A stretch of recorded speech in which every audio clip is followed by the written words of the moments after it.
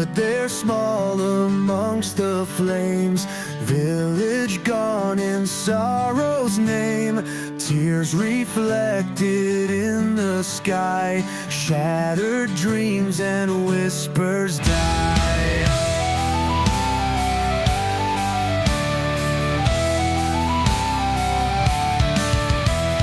Smoke and ashes fill the air, memories lost in deep despair. She clutches dolls of vanished past in chaos where the shadows cast. Embers of yesterday burn the night away.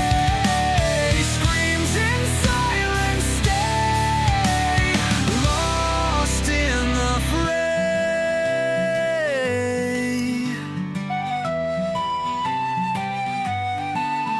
Her family taken by the storm, life twisted in a cruel form. No solace in the darkened glow. It was about 31 hours into Exoval's first journey and mission. So far, everything had been clear sailing. And Mika had found herself in the medical bay, getting her first checkup. She had just undergone a full body scan and gotten a few inoculations and was watching as Dr. Ricola seemed to flip through information on a datapad. So Doc, how is everything looking? Mika asked. Well, Captain Mika, you appear to be in fine health. Ricola believes that your physical state is optimal. Given the analytic data available, you can look forward to a long and healthy life. Objective estimates place your lifespan somewhere in the neighborhood of 340 years. At only 48, you're still quite young by Oki standards. Oh, Ricola. Mika replied. It's Oki, not Oki. Forgive this one. Ricola replied. She sometimes has trouble with the enunciations. Yeah, I forget that your race is incompatible with universal translators. You have to learn all languages individually, right? Something about your brainwaves. Yes, my species' brainwaves are incompatible with universal translators. We must learn all languages individually. It is quite tedious, especially when having conversations with multiple people. To everyone else, they all feel as if they're speaking the same language. It is only apparent to Ricola that they are all speaking different ones. Jumping between languages quickly is very difficult. Well, I surmise that would be the case. Honestly, I don't know how your people do it. Mika replied, rubbing the back of her neck a bit. The stiffness in your neck will pass. Ricola said. It is simply a byproduct of your work. Too much time behind a desk. It's staring at an information pad. A little relaxation time will make it fade. Thanks for the advice, Doc. So, how is the medical bay treating you? Is everything up to par? Mika asked, beginning to hop off of the medical exam table. At first, Ricola was worried. Medical bay was missing many ingredients. Pieces of equipment, medical chemicals. Ricola is very happy that you allowed her to order some extra medical supplies. And she is most joyous about the nanoconstructor. And the fact that the medical bay nanoconstructor does not charge Ricola for the medical things that she needs to create. She has already filled out the lacking medical gear to about 75%. It is most advantageous. Well, I'm glad to hear it.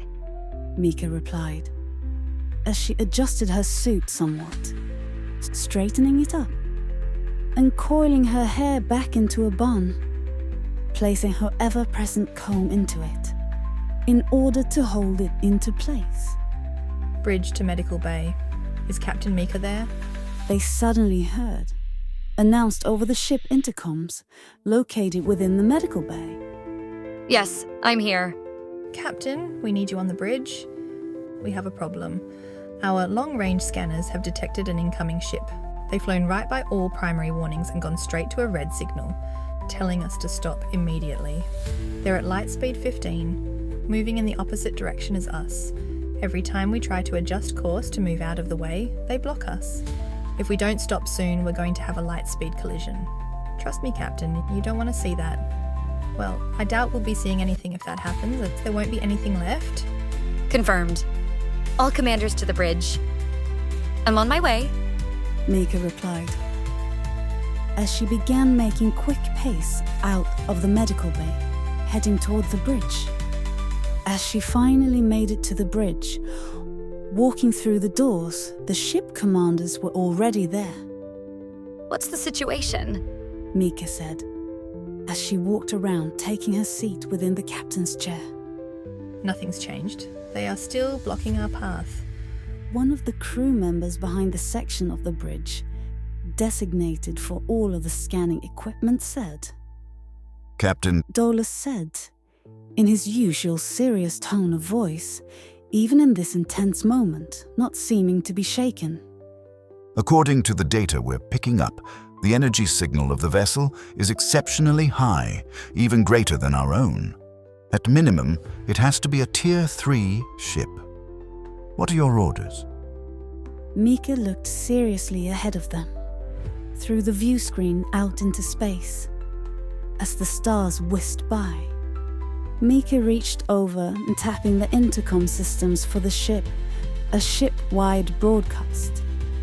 This is a notification to all crew members. We need everyone on deck. We have a high-level risk of confrontation. All off-duty personnel are to return to their official posts. Immediately, Mika said, and she clicked off the ship-wide broadcast. Dolus put the ship on maximum alert. Verme, drop us out of light speed. Full stop.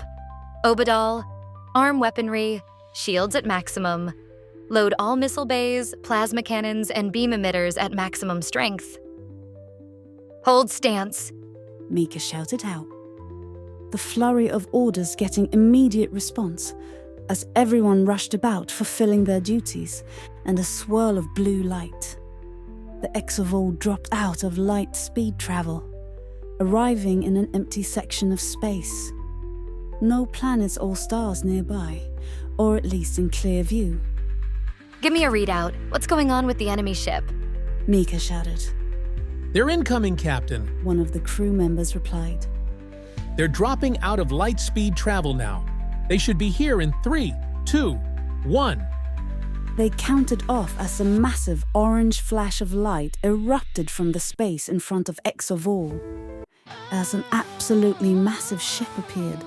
By all appearances, a warship, armed to the teeth, covered in weaponry and exceptionally thick armor.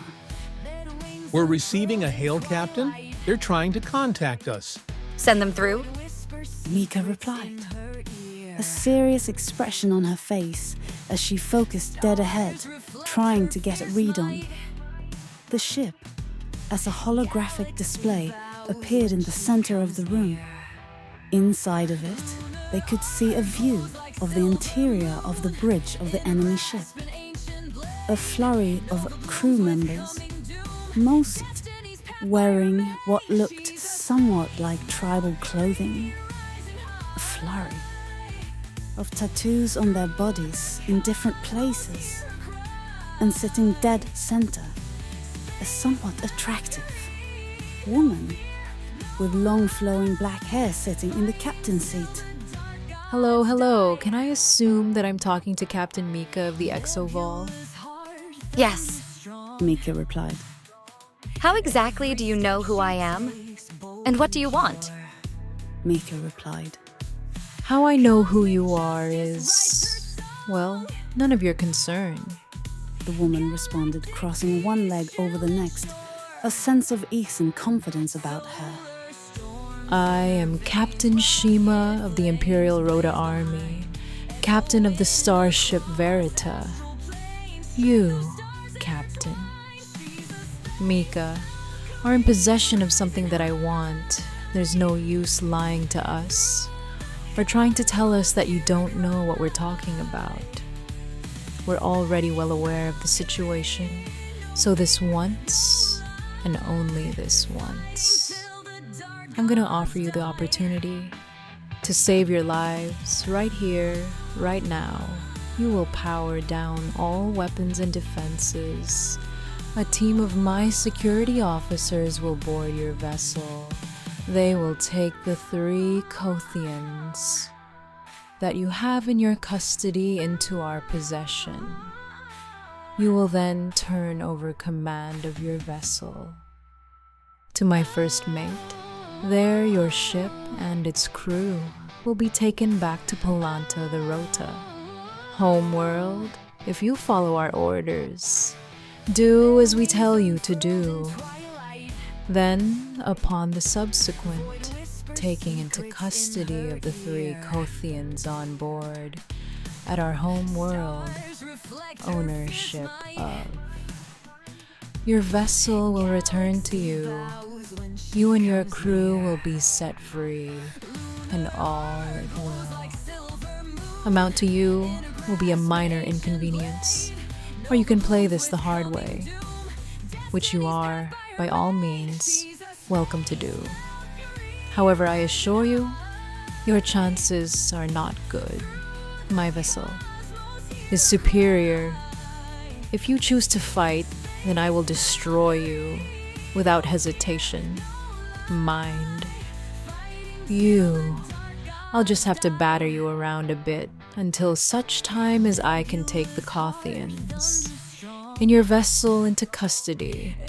But after that's done, I'll blow you out of the sky along with any escape pods attempting to leave the vessel. That is if you choose to resist, mind you. I am a woman with many talents and attributes. However, I am here to inform you that a patience is not one of them. So, Captain Mika of the exoval, what's your answer? Captain Shima said, staring at Mika through the holographic display, a wicked grin on her face, completely assured of her own victory.